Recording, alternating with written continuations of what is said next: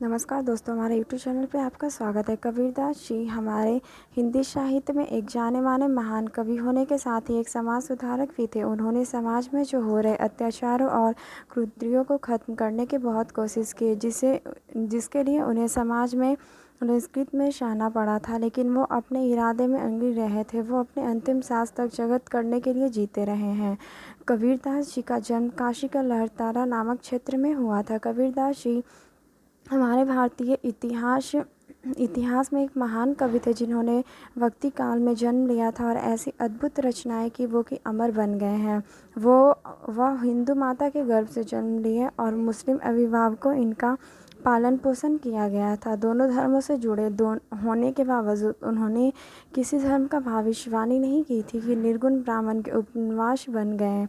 उन्होंने अपना पूरा जीवन मानव मूल्यों की रक्षा और मानव सेवा में व्यतीत कर दिया है। इनका जीवन शुरू से ही सहजपूर्ण रहा है। जन्म किसी ब्राह्मण कन्या के उदर से लिया था और उसने लोक लाज के डर से उन्हें एक पैंचम के पास छोड़ दिया गया था, जहां से गुजरते हुए एक जुलारे मुस्लिम दंपति ने टोकरी ने उन्हें देखा और उन्हें अपना लिया और अपने बेटे की तरह इनका पालन पोषण किया।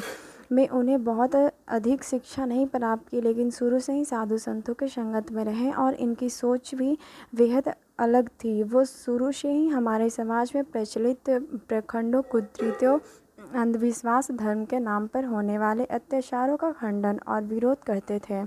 और शारद में वजह ही इन निराकर ब्राह्म के उपन्यासक में स्वामी रामानंद जी का अत्याचार प्रभाव पड़ा था। इतिहास गवाह में भी जब किसी के समाज में सुधार लाने की कोशिश की तो उसे समाज दरकिनार कर देते और केवल उनके नामों को इतिहास में महत्वपूर्ण स्थान प्राप्त हुए हैं, जो समाज के बिना डरे अपने इरादों में अड़ित रहे हैं। कबीरदास जी का वचन और दोहे अभी तक घर घर में बजाए जाते हैं और प्रचलित भी हैं। वो आप में ही बहुत बड़े महान आदमी थे। कबीरदास जी का वास्तविक जन्म तिथि किसी को ज्ञान नहीं, किंतु उसके काल में आधार पर ऐसा माना जाता है कि वह उनकी जन्म 1398 में काशी में हुआ था। वास्तव में उनका जन्म एक विधवा ब्राह्मणी में ग्रम से हुआ था, जिन्हें लोक लाज के डर से उन्हें एक पैंचम के समीप वृक्ष पे लिया था। यहाँ चूल्हा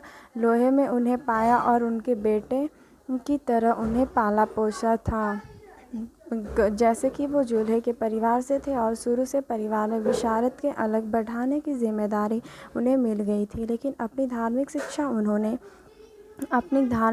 उन्होंने किया था। और एक बार कबीरदास जी ने अपने इस बात को